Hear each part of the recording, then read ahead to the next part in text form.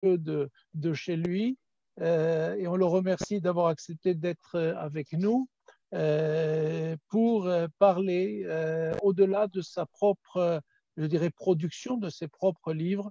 Nous allons élargir cela à la littérature israélienne. Voilà. Alors, Dror Meshani est né, quand c'est un homme, je crois qu'on peut dire qu'il est né en 1975. Il est né à Holon, et ça c'est un élément très très important pour ceux qui ont lu Dror Meshani dans le texte, que ce soit en hébreu ou en français ou dans l'une des 15 langues où ses livres ont été traduits. Il est écrivain, il est traducteur, il est éditeur de livres, il est critique littéraire, il est professeur à l'université de Tel Aviv de littérature, et en particulier, il s'intéresse à un domaine dont on va parler ce soir, mais qui est peut-être le parent pauvre, je ne sais pas, de la littérature israélienne, qui s'appelle le roman policier, le roman noir, le polar. Voilà. Alors, Dror Meshani a une production importante. D'abord, il a un lien avec la France, vous allez le voir. Il parle français. Alors, quand nous avons préparé cette rencontre, il était un petit peu gêné parce que quand on est un amoureux des mots et de la langue, on n'estime jamais on ne possède cette langue comme sa langue maternelle. Mais vous allez voir qu'il parle très, très bien. Et de toute façon, je le dis que le public comprenait un petit peu aussi l'hébreu. Sinon, nous traduirons s'il manque un mot. Donc, il n'y a aucune inquiétude. Et donc, il a un lien avec la France parce que, eh bien, il y a quelques années, il était en France et il a étudié le français. Et c'est là peut-être où il est tombé amoureux à la fois du français, de la France, et il nous en parlera du roman policier. Mais ce qui est étonnant dans son CV, c'est qu'il a commencé, je dirais, sa carrière par traduire des auteurs français réputés, mais pas du tout réputés dans le domaine du roman policier, sauf si je n'ai pas tout compris ou pas tout lu, parce qu'il a traduit Roland Barthes, philosophe, sémiologue. Il a traduit aussi Michel Foucault. Donc vous voyez que son domaine de départ, ce n'est pas uniquement le roman policier. Il a traduit en hébreu de la philosophie française. Et c'est pour ça que pour lui, c'est un choix, le roman policier. Ce n'est pas un second choix. Ce n'est pas parce qu'il n'était pas capable d'écrire de la philosophie, si je peux me permettre, mais c'est parce qu'il a trouvé un intérêt. Alors, il va nous parler, je vais lui laisser la parole assez rapidement, mais pour moi, ce qui est peut-être important de démarrer, c'est peut-être, puisqu'il enseigne la littérature israélienne, qu'il nous dise un petit peu aujourd'hui, en 2020, la littérature israélienne, alors je ne parle pas du confinement qui a dû bloquer quelques éditions, mais la littérature israélienne, c'est qui? C'est quoi? Quelle est sa réputation, aussi bien à l'intérieur du pays qu'à l'étranger? Bonsoir Jean-Charles et bonsoir à tous et à toutes. Je suis très très heureux d'être là et merci pour m'inviter. J'aurais préféré d'être à Paris ou ailleurs en France, mais, mais, euh, mais je suis heureux d'avoir cette opportunité de parler à vous à travers cette Zoom qu'on a découvert tous la dernière semaine. Et comme Jean-Charles a dit, il a été très, très gentil quand il a dit que je parle français très bien. C'est vraiment difficile Quand je viens en France, après quelques jours, le français, ça marche. Mais, euh, mais comme je suis en Israël, je n'étais pas à Paris depuis quelques mois. Donc, je vais essayer, mais ça me rassure que vous savez l'hébreu, j'espère, presque tous. Donc, la littérature israélienne, c'est une question très, très intéressante que vous m'avez posée. Et Je dirais que maintenant, nous sommes dans un moment très particulier de l'histoire de la littérature israélienne parce que les grands écrivains des années 60 et 70, les grands écrivains qui ont commencé dans les années 60 et 70, comme Amos Oz, par exemple, qui est peut-être le plus grand écrivain israélien de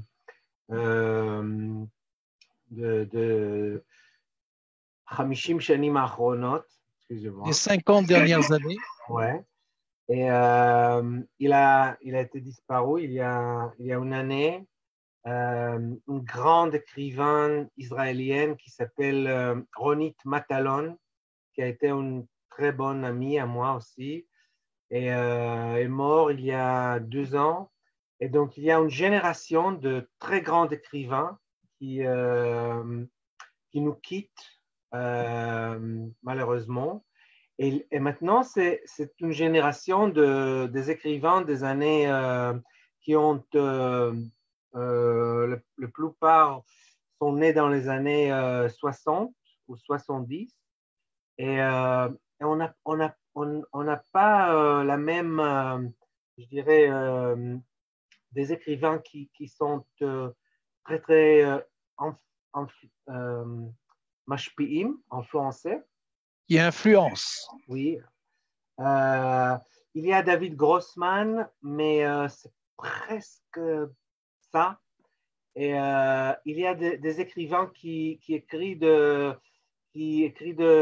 différents livres qui ne sont pas très, très majeurs, je dirais. Et donc, je dirais que la littérature israélienne est un moment de recherche et elle cherche les écrivains qui vont, je dirais, Léoville. Comment on dit Léoville? Mener, Mener, dirige, mener. ouais, ouais, mener la littérature israélienne aux étapes d'après Amos Oz, d'après Ronit Matalon. Et, donc, c'est ça. Merci beaucoup. Donc, on a parlé de la littérature générale à propos de David Grossman. Je crois qu'il y a même une petite anecdote que l'on peut raconter au moment où il a lu votre premier livre et il a téléphoné à son éditeur à Paris, si mes renseignements sont bons. Mais ce qui nous intéresse, donc Dror Mishani, je ne l'ai pas dit au début, mais donc vous avez écrit essentiellement des livres, comme je l'ai dit, de ce qu'on appelle le roman policier. Le premier qui est sorti en 2011, donc c'est assez récent relativement, qui s'appelle en hébreu Tikne Edar, une disparition inquiétante, qui est paru en français aux éditions du Seuil en 2014.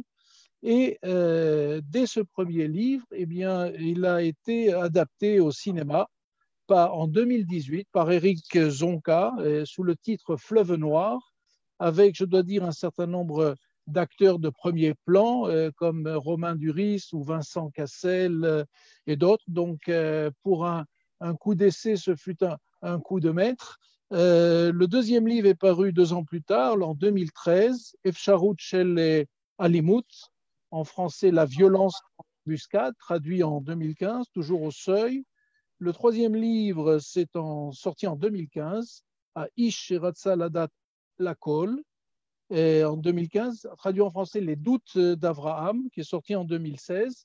Et normalement, vous auriez dû être ces jours-ci en France, puisque au mois de mars 2020 est sorti le livre qui s'appelle en hébreu Shalosh, qui a été traduit aux éditions Gallimard. Donc, on a changé d'édition, qui s'appelle donc en français 1, 2, 3. Effectivement, là, on change par rapport aux 3 premiers. Les 3 premiers, il y avait un inspecteur que nous suivions, un inspecteur du nom de Avraham. Et c'est d'ailleurs une première question qu'on peut se poser par rapport à ce livre. Pourquoi avoir choisi le nom de Avraham, là, alors que Israël est plein de noms nouveaux, anciens, modernes? Pourquoi avoir choisi et de le redoubler en plus, Avraham? Ça peut être une première question. Et donc, on a droit à un inspecteur qui est un inspecteur. Vos personnages sont toujours très ciselés, beaucoup de psychologie. Et ce qui est intéressant, c'est qu'en fait, c'est un inspecteur qui doute. C'est un doute, il doute de la vie, il doute de la vérité. Alors, pour un inspecteur qui est censé rechercher après une enquête la vérité, c'est très, très intéressant. Et c'est donc un de vos personnages, je crois, très, très important. Vous écrivez parfois que pour vous, les héros, ce ne sont pas les héros habituels, ce ne sont pas les super-héros, mais ce sont les héros du quotidien. Et donc là, dans vos livres, en tout cas sur les 3 premiers, on a droit à cet inspecteur, bien sûr avec d'autres personnages très intéressants. Comment vous est venu l'amour du roman policier? Comment vous est venue l'idée de cet inspecteur Avraham Avra? Et donc, l'amour de roman policier a à voir avec, avec la France et avec Paris. Parce que quand j'étais enfant, j'ai lu Sherlock Holmes. Je crois que j'avais 10 ans ou quelque chose comme ça et j'aimais bien. Et après, c'était dans la bibliothèque de ma ville natale, Holon. Et après, j'ai lu Agatha Christie, donc tous les romans de Hercule Poirot et de Miss Marple, et j'aimais très bien. Et, et après, je suis revenu à la bibliothèque et j'ai parlé avec le bibliothécaire et je lui ai dit, je veux lire exactement la même chose. Qu'est-ce que vous me recommandez? Et elle m'a dit, on a rien de, on a Sherlock Holmes, Hercule Poirot, et c'est ça. Et j'étais très, très déçu. Et pendant très longtemps, j'ai quitté le roman policier comme lecteur et j'ai lu comme tous adolescentes qui vont être écrivains à Israël des années 90. J'ai lu Amos Oz, j'ai lu David Grossman, j'aimais bien Albert Camus. Je voulais être un écrivain normal. Et, et c'était dans l'an 2000, je suis venu en France, à Paris.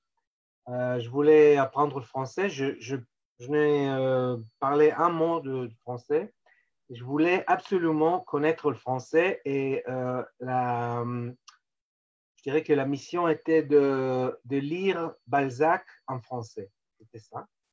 Et de voir le film de François Truffaut et de Jean-Luc Godard sans sous-titres. Et, et je me suis inscrit dans la Sorbonne, cours de civilisation et langue française. Et j'avais une prof qui était magnifique, elle s'appelait Sonia. Et on a pris le français de 9 heures du matin, je crois, jusqu'à 4 heures à l'après-midi. Mais je connaissais personne à Paris, donc j'avais rien à faire. Et je voulais vraiment apprendre le français vite. Et donc, j'ai parlé à Sonia et je lui ai dit comment je peux faire pour apprendre le français plus vite.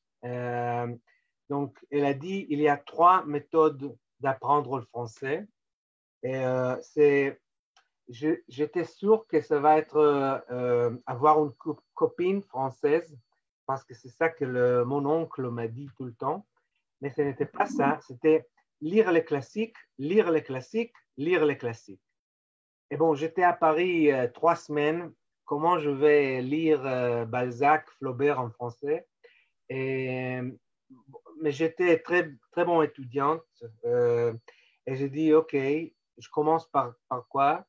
Elle a dit, tu commences par l'étranger, parce que c'est écrit, vous le savez très bien, avec passé composé. Donc, c'était le premier temps qu'on a appris en français, passé composé. Et, et après, tu lis le roman le roman classique de Georges Simenon avec l'inspecteur Maigret. Et donc, cette phrase-là m'a frappé immédiatement parce que comment une prof respectueuse dans la Sorbonne, elle me dit dans la même phrase le nom d'Albert Camus et d'un écrivain de polar que je ne connais pas, Georges Simenon, c'est qui Georges Simenon?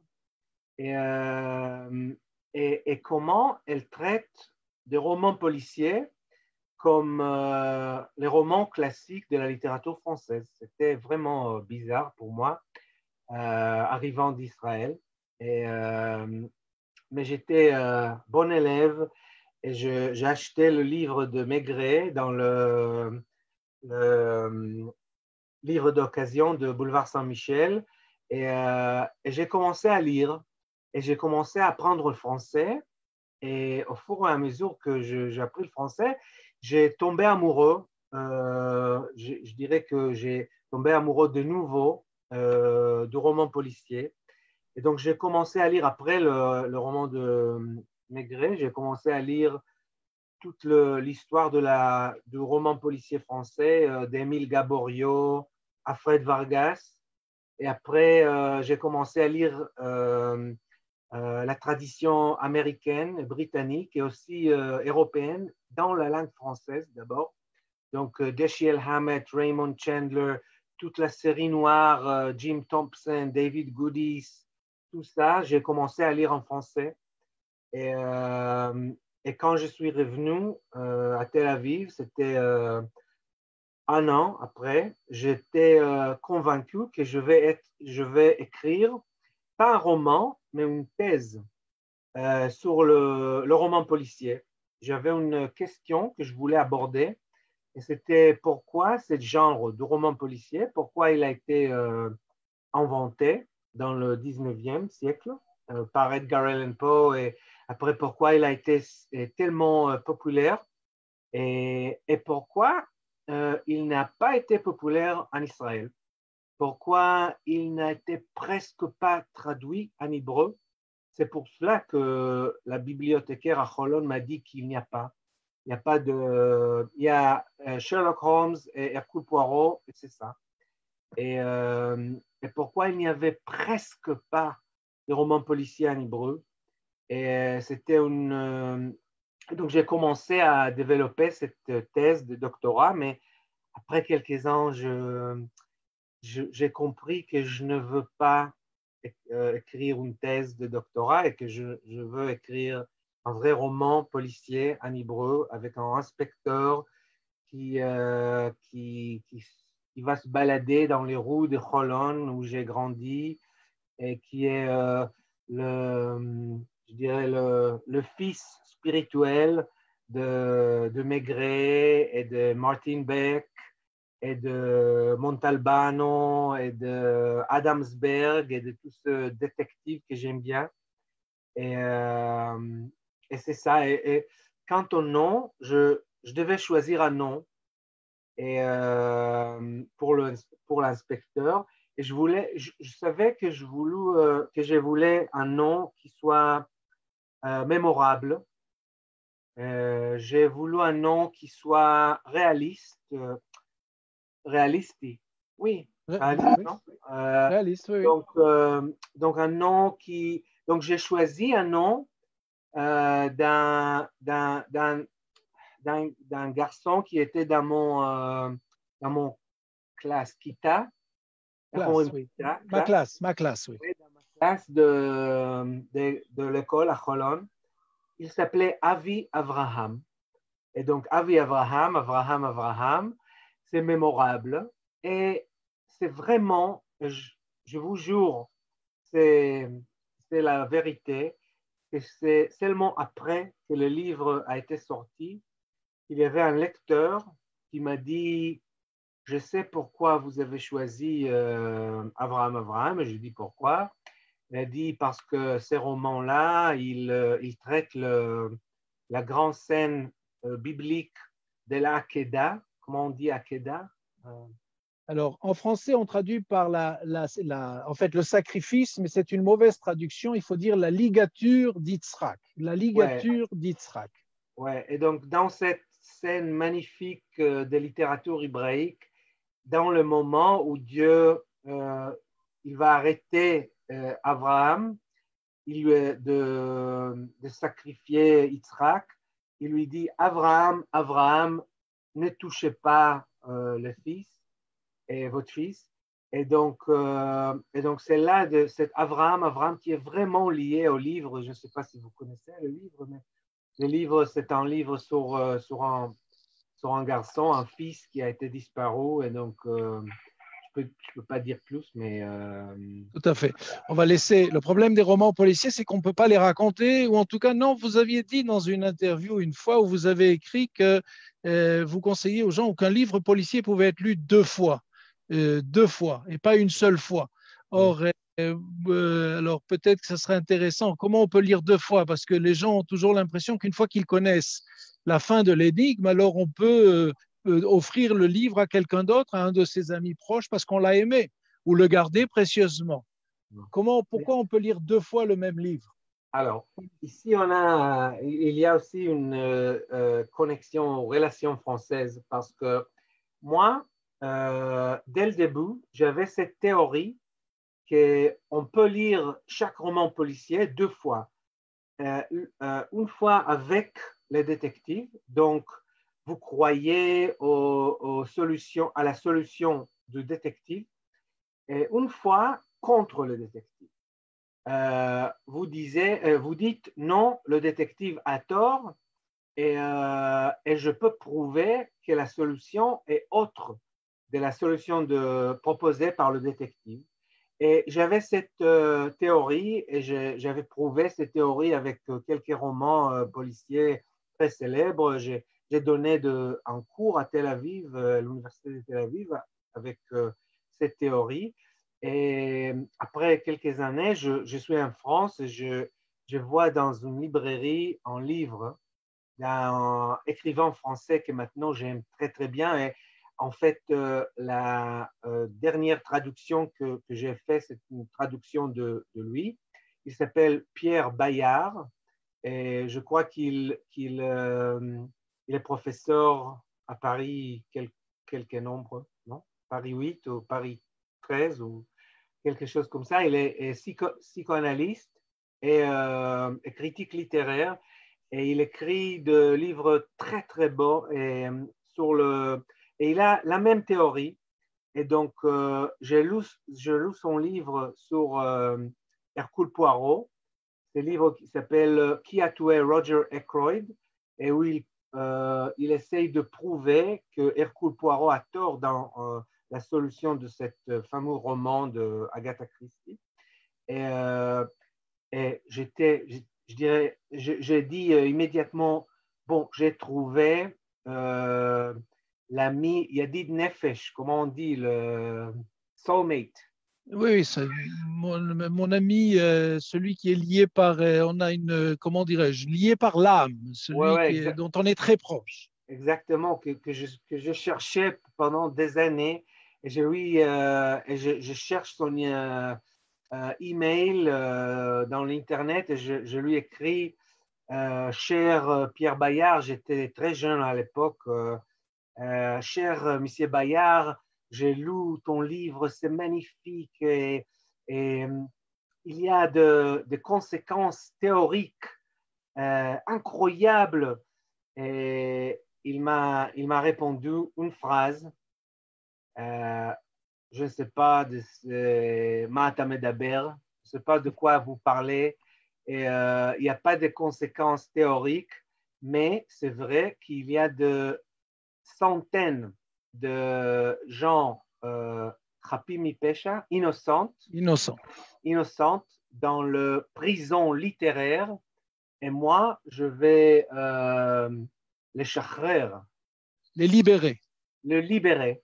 Et c'est exactement ça que je fais aussi. Donc, je crois qu'il y a deux fous dans le monde littéraire qui essayent de prouver que le détective toujours a tort et que nous, les lecteurs, quand on lit un livre un roman policier, nous, on peut être meilleur détective que le détective lui-même.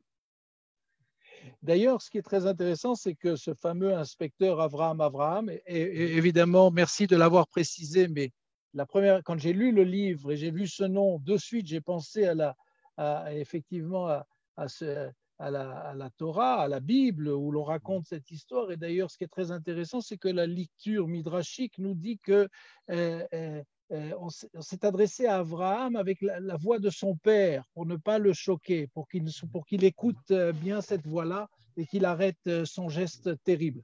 Mais toujours est-il, on revient, c'est Abraham.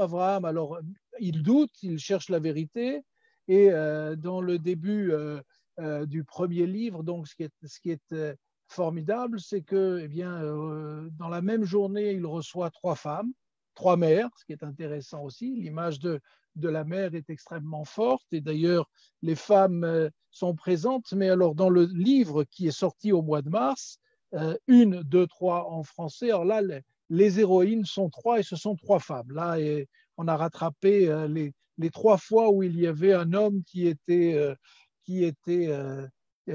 disons, le héros de l'affaire. Et quand il reçoit cette mère qui vient se plaindre de la disparition de son fils, il lui dit, il n'y a pas de littérature policière chez nous. Je cite de mémoire, il n'y a pas de littérature policière. Pourquoi? Parce que chez nous, il n'y a pas d'histoire de ce type-là. Les meurtres sont assez simples, c'est de la violence conjugale et autres. Il n'y a pas de littérature policière. Et là, j'ai entendu un petit peu le cri de Dror Michani qui essaye de dire oui, il y avait vous l'avez dit tout à l'heure, mais il faut préciser que en ivrite, en hébreu, la littérature policière, eh bien, elle était dans les collections enfants. On était dans les collections enfants, on n'était pas du tout dans des collections comme on peut trouver au Seuil ou dans les maisons d'édition avec une collection spéciale policier. Il s'agissait vraiment de dire, voilà, le roman policier, c'est pour les enfants, alors qu'on m'explique comment le roman noir, avec des enquêtes, des meurtres, etc., peut plaire aux enfants. Et en même temps, on a cet homme-là qui dit, voilà, ça n'existe pas. Il ne croit pas du tout à cette disparition. Bon, il va revenir, vous inquiétez pas. Il a fait une petite fugue. Il est allé se fumer un joint quelque part et il va revenir. Évidemment, je ne raconte pas le livre, il faut lire la suite. Ça, c'est les 2 premières pages. Et on se retrouve donc dans cette histoire de cet homme qui doute, qui recherche la vérité.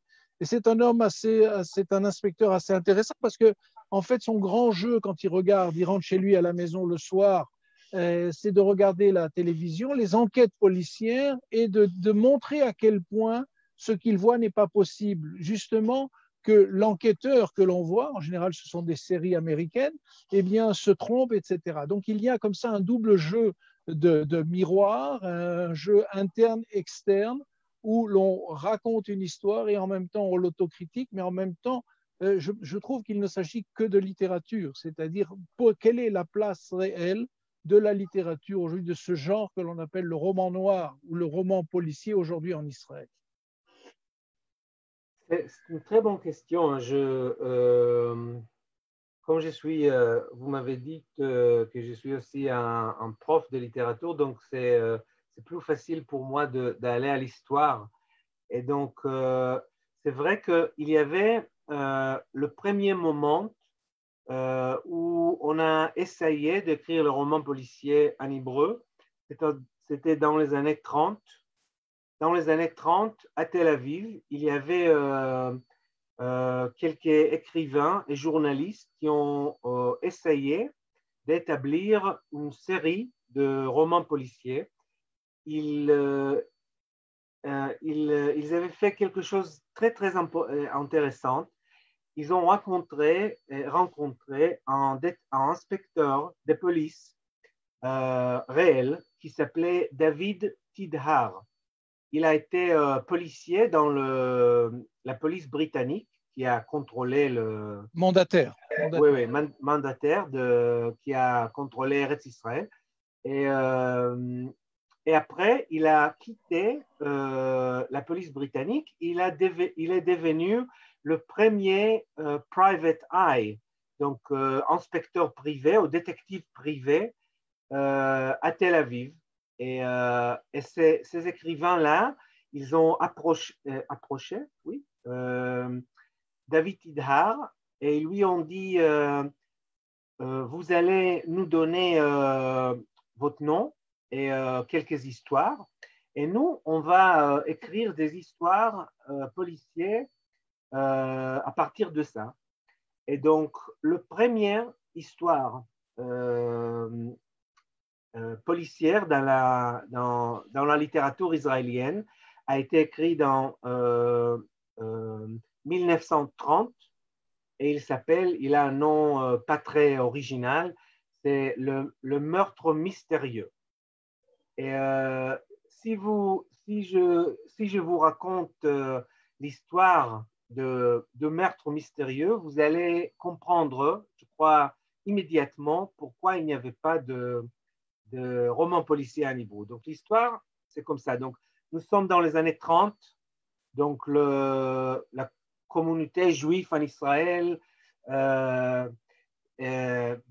Aïchouv, comment on dit les Aïchouv? C'était en fait oui, c'était les Juifs qui vivaient en Israël avant la création de l'État. Oui, exactement. Et nous sommes au milieu de ce projet d'établir l'État d'Israël. Donc, dans ce moment où la littérature israélienne est très, très liée, la littérature hébraïque, c'est pas israélienne, mais la littérature hébraïque est très, très liée au projet national. Et donc, c'est publié ce meurtre mystérieux. Il y a une femme qui vient, cette détective David Tidhar. Il lui a dit il y a je dois vous raconter quelque chose. Moi, je suis marié, mais j'ai un amant aussi. Et mon mari a été tué. La police britannique est convaincue que le meurtrier, c'est mon amant. Donc, et ils ont arrêté mon amante, mais je vous dis, c'est pas lui. Qu'est-ce qu'on va faire? Et donc, David Tidhar, il prend le case et il fait ses recherches. Et vous savez qui est le premier meurtrier dans l'histoire de la littérature policière en hébreu? C'est très, très difficile à croire. Donc, le mari a été tué par, maintenant je ne connais pas le mot en français, par météorite. Météorite. Météorite. Oui, donc, météorite. Oui, donc la solution, c'est que le mari a été installé quelque part à Tel Aviv. Il y avait un météorite qui lui a tué. Et donc, ce que je vais dire dans vous racontant, non, comment on dit? En vous racontant. Exactement. Excusez-moi. Hein. Non, il n'y a aucun problème. Très bien. C'est imaginer pourquoi cette histoire a été rejetée et pourquoi personne ne l'a voulu. Parce que c'est quoi cette histoire avec Marie et amant dans le Eretz Israël des années 30 où nous sommes tous occupés avec avec la construction de l'État d'Israël. C'est la première raison, je crois. La dernière, la deuxième, est le roman policier, il cherche comment panasse. Comment on dit panasse? Une lampe. Oui. Une lampe, une torche, une lampe-torche. Exactement. Donc, il cherche des coupables dans notre société. Il cherche le zone où nous sommes coupables. Et la communauté juive des années 30, on n'a pas de coupables. Nous sommes tous innocents. Et donc, cette lampe qui cherche des coupables dans notre société à nous, dans les années 30, on ne veut pas cette lampe.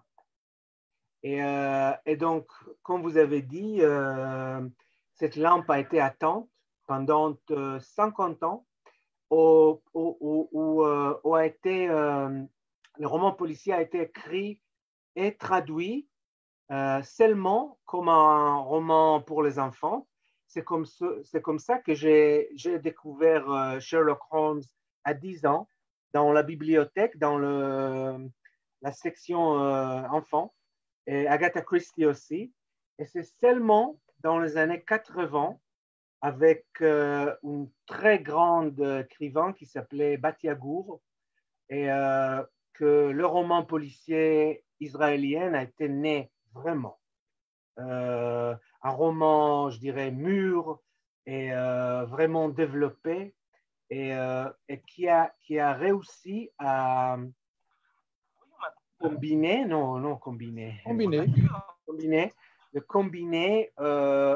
la tradition de la littérature israélienne, donc la tradition de la littérature nationale qui se coupe de thèmes nationaux, et cette tradition du roman policier, tradition plutôt avec Batiagour, donc tradition plutôt européenne, plutôt française ou scandinave, de roman policier réaliste.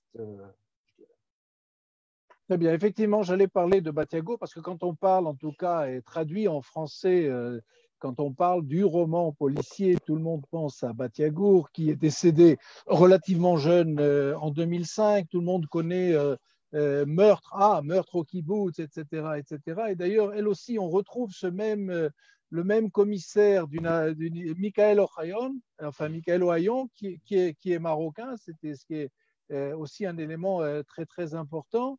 Et d'ailleurs, je vois qu'une partie des livres de Batiagour ont été traduits par Laurence Sendrovitz, qui est aussi votre traductrice. Donc, et il faut dire, je dois dire, Jean-Charles, c'est vraiment c'est un plaisir de dire ça, que mes livres sont mieux écrits en français qu'en hébreu. Et c'est grâce à Laurence Sendrovitz, qui est une traductrice vraiment magnifique.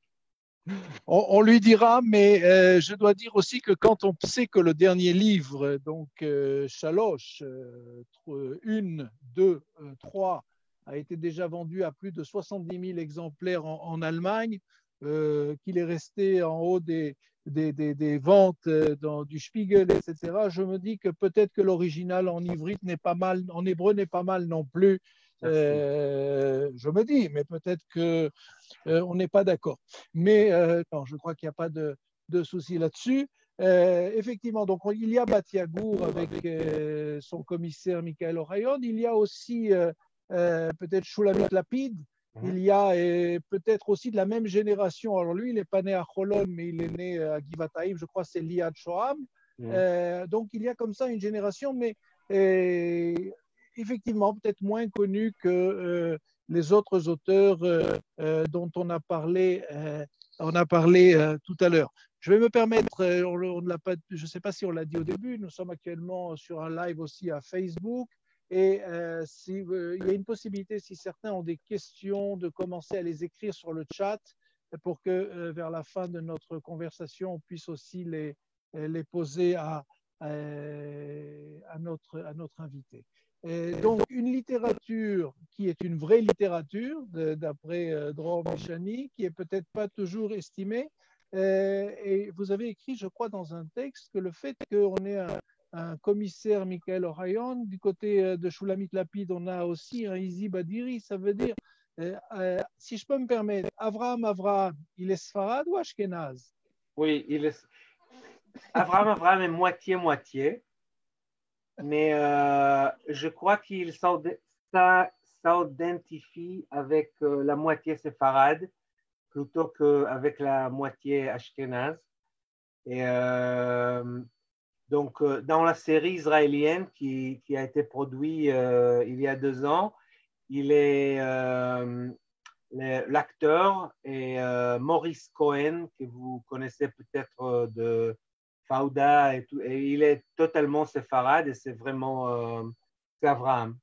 Donc, Alors, ce qui est intéressant, c'est que la série repasse en ce moment et hier soir, juste après notre conversation, je me trouvais devant ma télé, ce qui m'arrive pas toujours, et tout d'un coup, j'ai pu assister comme ça à un épisode. Donc, c'est l'adaptation du premier livre. En hébreu, ça s'appelle d'ailleurs Tikne Edar. Tikne Edar. Et donc, voilà, donc, il passe à la télévision israélienne. Donc, c'est ce que je disais tout à l'heure, il y a la littérature, il y a un roman policier qui est peut-être pas toujours aimé en Israël, mais ce n'est pas que, je dirais, ce n'est pas qu'un problème avec les auteurs israéliens. Je crois que même les auteurs français, vous avez cité tout à l'heure Fred Vargas, qui a été traduit en hébreu. Fred Vargas ne rencontre pas du tout en Israël le succès, par exemple, qu'elle a en France.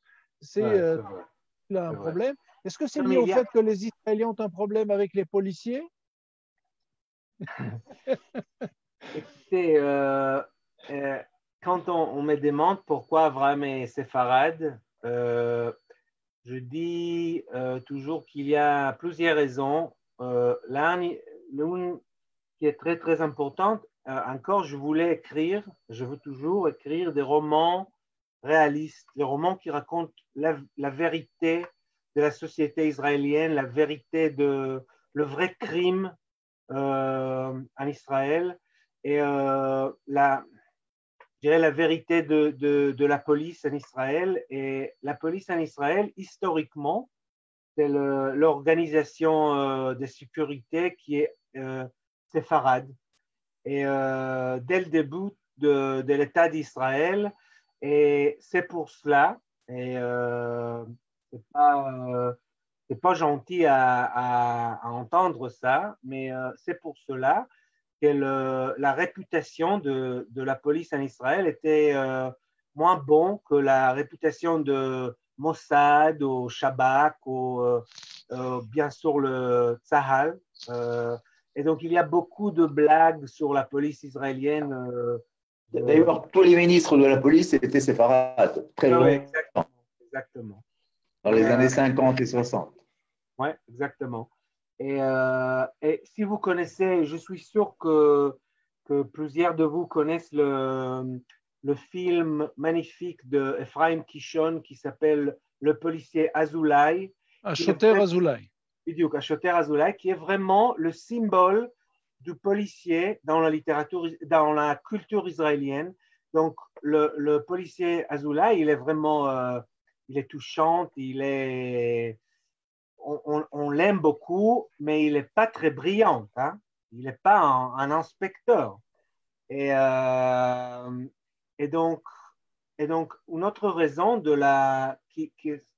un autre problème d'écrire un roman policier en hébreu, c'est cette réputation de la police en Israël et du policier en Israël. Et quand j'ai écrit mon premier roman, Mon disparition inquiétante, j'avais un ami qui m'a dit bon, j'aime bien les romans, mais pourquoi vous avez créé un policier qui est aussi médiocre? J'étais sûr que quand vous écrivez votre premier roman, l'inspecteur va être aussi brillante comme Sherlock Holmes ou Maigret, on dirait. Et donc, je lui ai dit, si j'ai écrit un policier israélien des Cholon qui est aussi brillante comme Sherlock Holmes, quelqu'un vont me croire que c'est un roman réaliste? Non. Et donc, mon plan était de commencer avec Abraham. Abraham est un inspecteur médiocre. En fait, dans le premier roman, Une disparition inquiétante, ce n'est pas lui qui trouve la solution, c'est un autre policier. Mais il va améliorer comme policier, comme enquêteur. Et dans le 10e roman, j'espère qu'il va être aussi brillant comme Sherlock Holmes. Mais ça va être.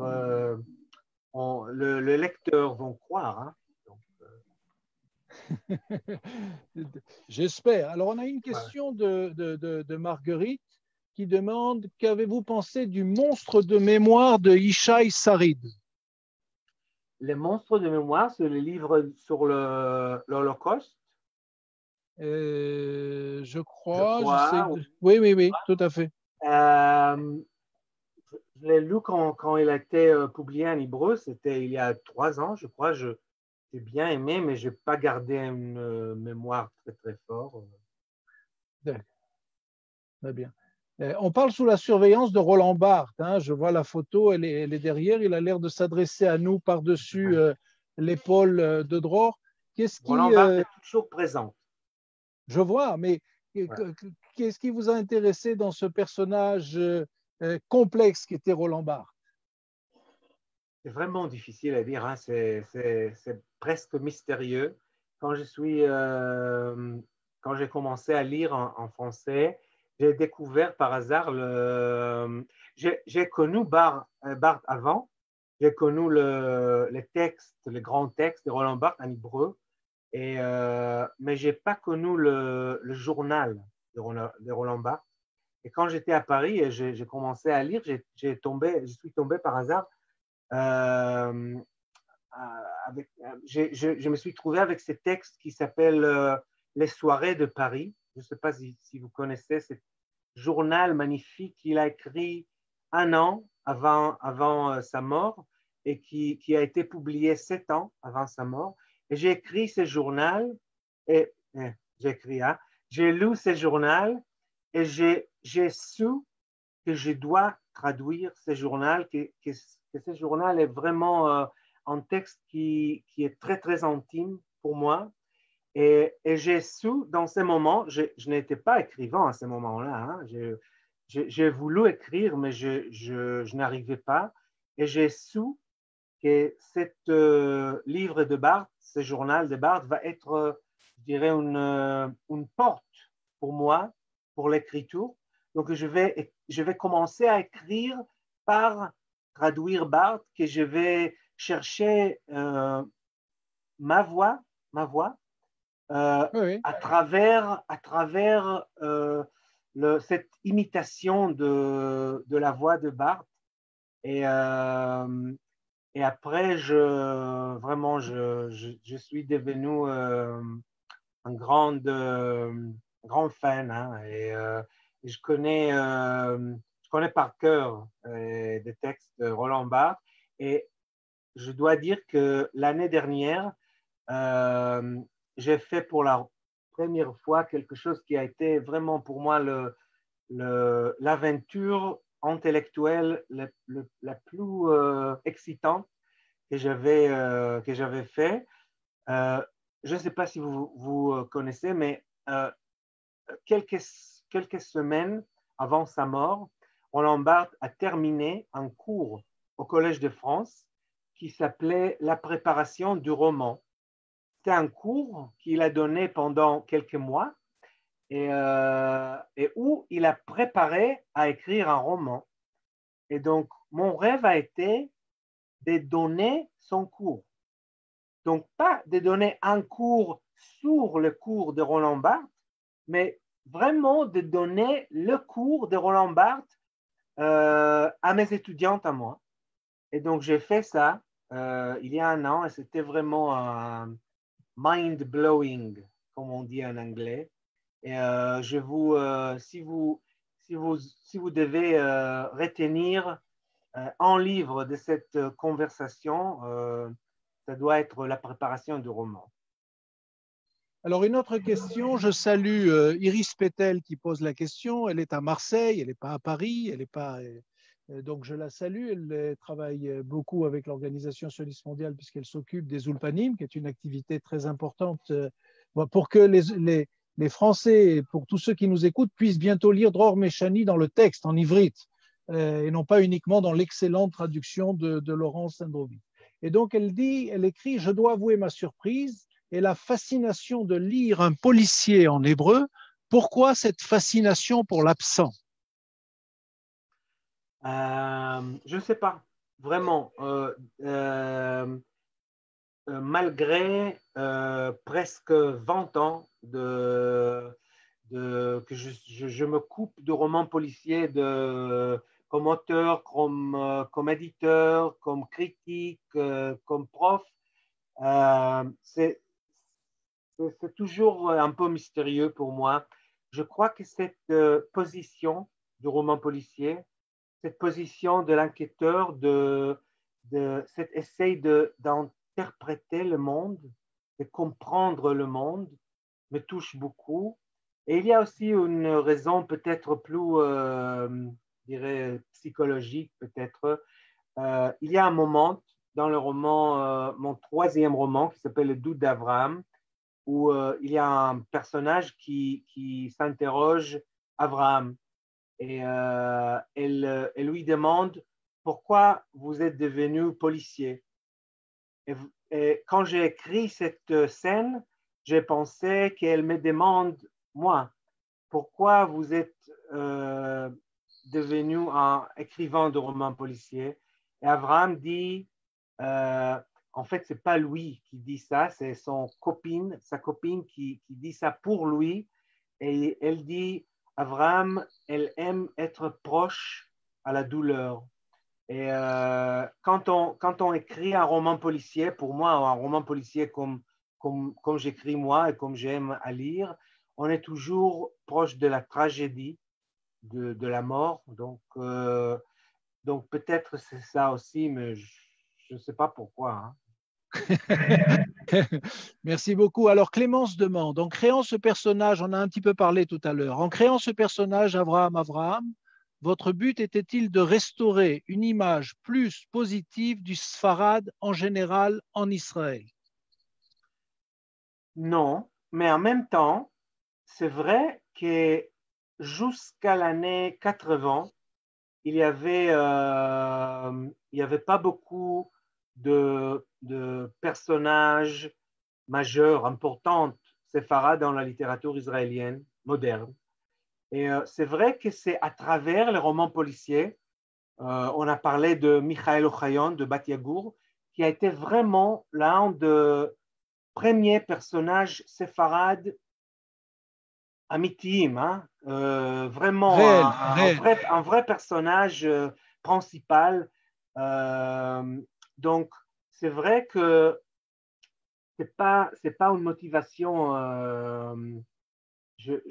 Je ne fais pas ça pour cela, mais c'est vrai que quand j'écris un personnage séfarade comme moi, comme ma famille, et que je sais que c'est un personnage qui est plein et que moi j'essaie d'écrire en lui un vrai héros de la société israélienne, je sais que c'est pas c'est toujours c'est pas rare maintenant, c'est pas rare, mais c'est toujours un effort qu'il faut faire parce que la plupart des héros de la culture israélienne, de la littérature israélienne, ne sont pas séfarades.